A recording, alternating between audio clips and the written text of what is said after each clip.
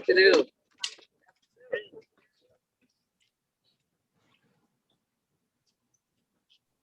Yesterday, we made history in the White House by signing a 1 trillion plus initiative to move America into the 21st and 22nd century.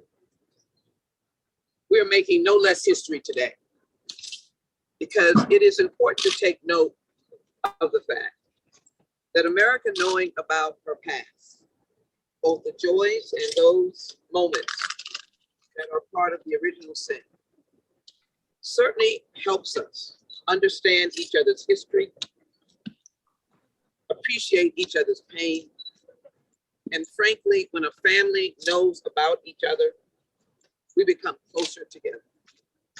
America's always been unique in the eyes of the world. No one ever expected the convergence of people coming from many places in many different conditions to survive. And here we are. We have not only survived, but the mosaic of diverse populations continue in the best of our times, survive, support each other. I give one final example as I acknowledge the history we're making today. Men and women from all communities and all religions put on the uniform. All we have many different opinions about war and peace, but they put on the uniform unselfishly and wind up at faraway places, sometimes in the very place of their original heritage, but they're fighting under the flag of the United States of America. How unique is that? That is what America represents. So today, I cannot thank COBRA enough for giving us a second day of historic moment.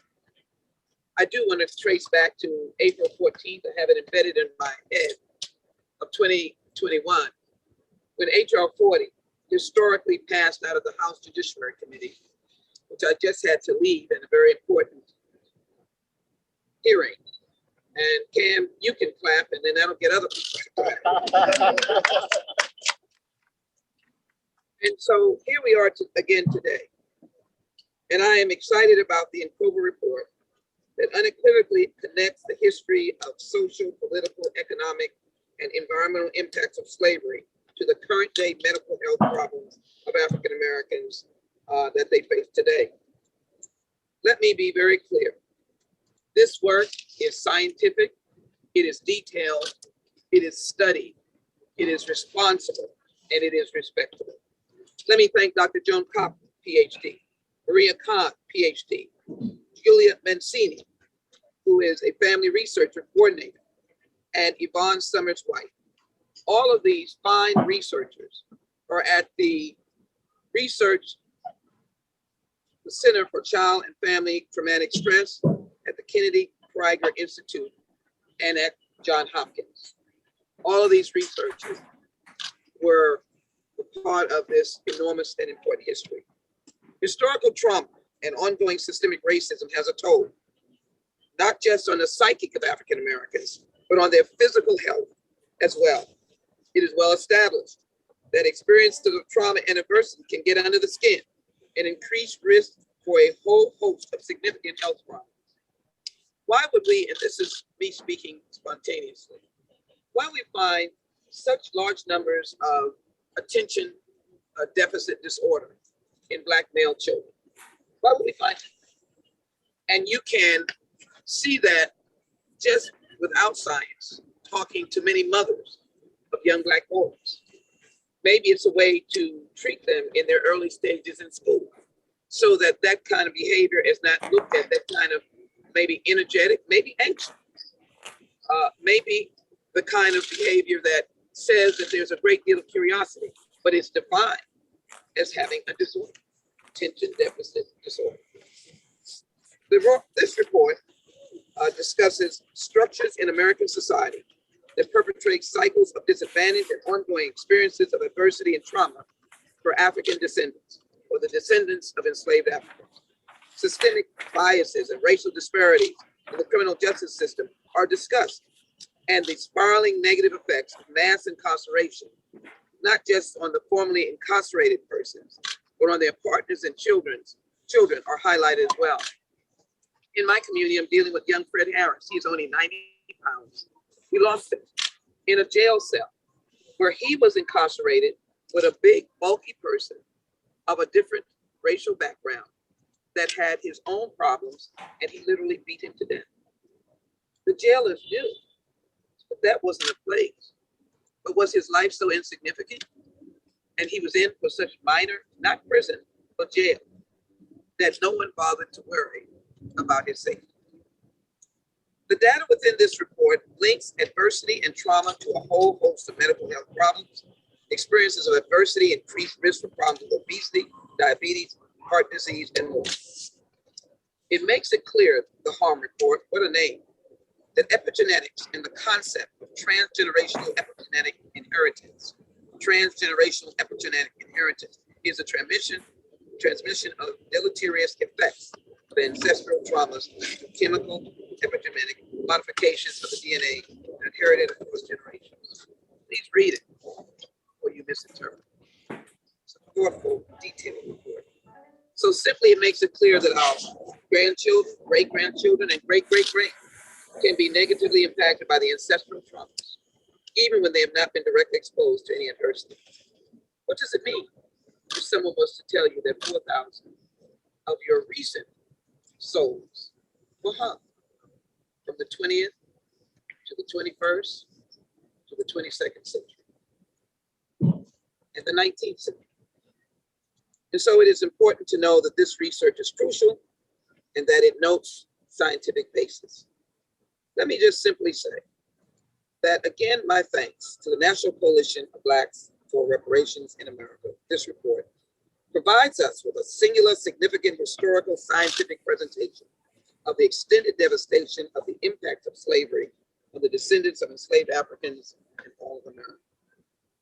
The goal of these historical investigations is to bring Americans to a new reckoning of understanding each other's past and to be able to present to America through HR 40, the Commission to Study and Develop Reparation Proposals, a non-threatening, effective, forceful manner in which we deal with each other's pain. How could we ignore this opportunity? Sadly, I'm here with this report, but I have a sense of completeness. I feel vindicated. And I think and believe that if this report gets its national attention, transcends the boundaries of race, we will begin to heal, and then we will be rushing toward passing HR 40 on the House of Representatives, moving it forward in its legislative process, and having the head of a president who historically transformed America yesterday on November 15, 2021, by signing this transformative, technological, rebuild, refit, life-saving bill, will again stand in the sunlight of history and sign HR 40, just as he was gleefully happy to sign in recognition of slavery by signing, Congressman Davis, Juneteenth on last June, if you will. The date was June 17, 2021. I think this is our time. This is our presence. Let me now ask the co-chair, national co-chair of COBRA to come forward. Thank you so very much for his work. Ken Howard.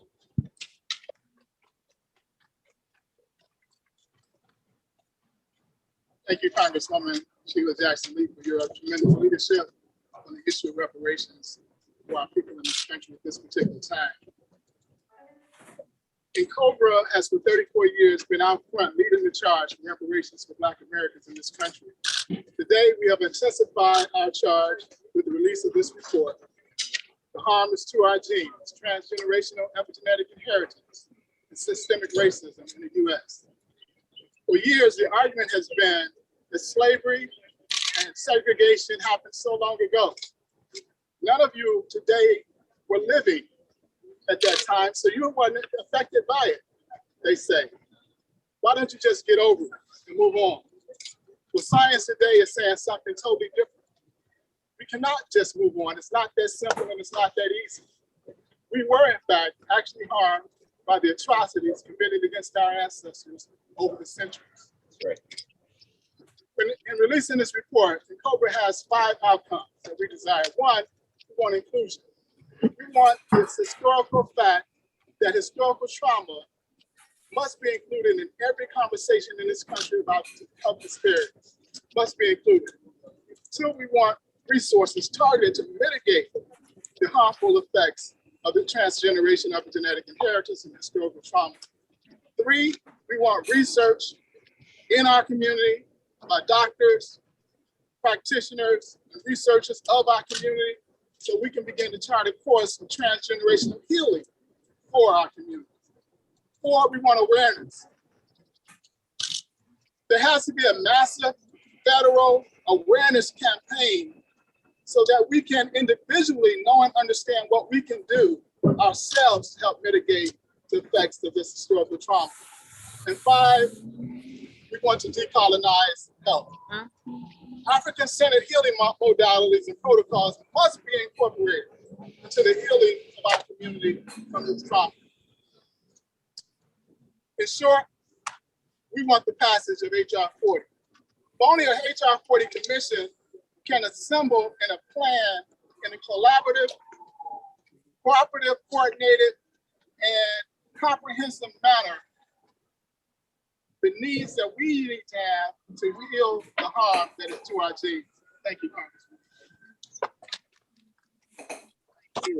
A number of speakers, but we want to thank you and our COBRA for the decades of persistent work that has generated into this scientific breakthrough or knowledge that is much needed. Let me thank publicly the Congressional Black Caucus that include as one of its areas of priorities the issue of HR 40 and the Commission to Study and Develop Reparation proposal. You'll see a number of members here. Let me thank Chair Beatty, who will be with us but has another appointment. But I am grateful to her for her leadership, the bright light that she has shown on the work that we're doing in the United States House of Representatives, the historic signing yesterday, but then as well to recognize the purpose of the Congressional Black Caucus in its serving of African Americans, among others, and that HR 40 has the pleasure and privilege of being on the list of one of the priorities of the Congressional Black Caucus. The next speaker, and who will be followed, we've got 2 giants from the state of Illinois, and we have both of them have a keen sense of understanding about healthcare. And so, to the gentleman from Illinois, I will yield to you. If you want to yield, you may, but I do want to say about Congressman Danny Davis, we have been at each other's side for as long as we've been in Congress. I'm delighted that he is now a member of the Ways and Means Committee that will be pivotal in helping us with HR 40 and its elements. Thank you very much. And as Sheila Jackson Lee, our lead in the House of Representatives and in Congress, to make reparations a reality, I couldn't help but be reminded of the fact that Sheila and I were both on stage when President Biden signed Juneteenth. And I expect that we'll both be on the stage when he signed the reparations bill that is before us today. It's good to be here with my colleagues from Illinois, Jan Schakowsky, and the outstanding colleagues from North Carolina, Emma Adams. It's so good to see you both. I come from Chicago, Illinois, which is a hotbed of pursuit of justice, a hotbed for pursuit of recognition that we have to look back, but we have to move forward. The first piece of legislation I think I signed on to when I came here in 1997 was John Conyers' HR 40, the reparations bill. And so I have been a signatory since then. I will also note that Senator Dick Durbin and I have a trauma-informed care bill that we've been promoting that recognizes the impact of trauma and traumatic experiences on the lives of people. So Sheila, it's good to be with you and in COBRA, Pam Howard, and all of the other researchers. Some of them are actually from Chicago. You mentioned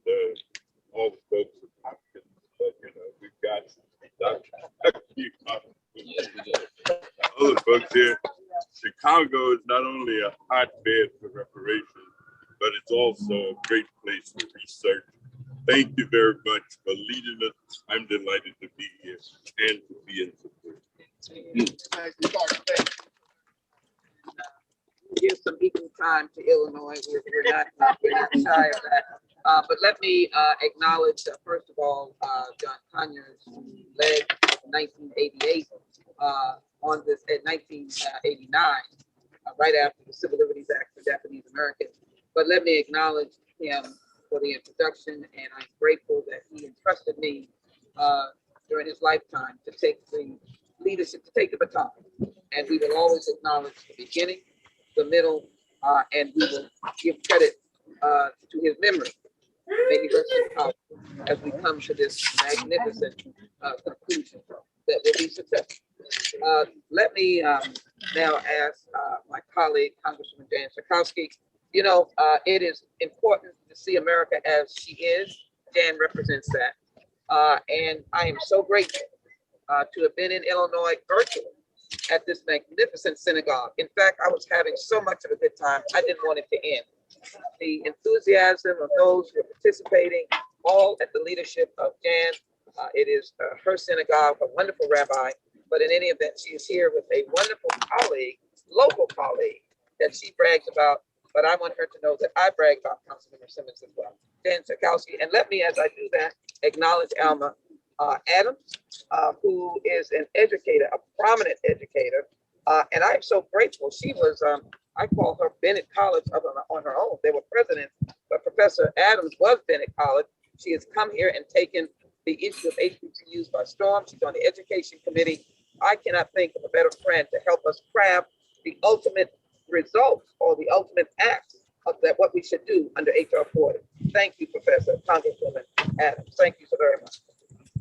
Well, thank you. Thank you for coming to Illinois. It was a wonderful panel that we had of ministers and leaders from around my community talking about reparations and HR 40, and I'm so proud to be a chief sponsor. You know, during the pandemic, it certainly has exposed all kinds of inequities in our society right now: healthcare, housing, wages, violence. At the hands of police.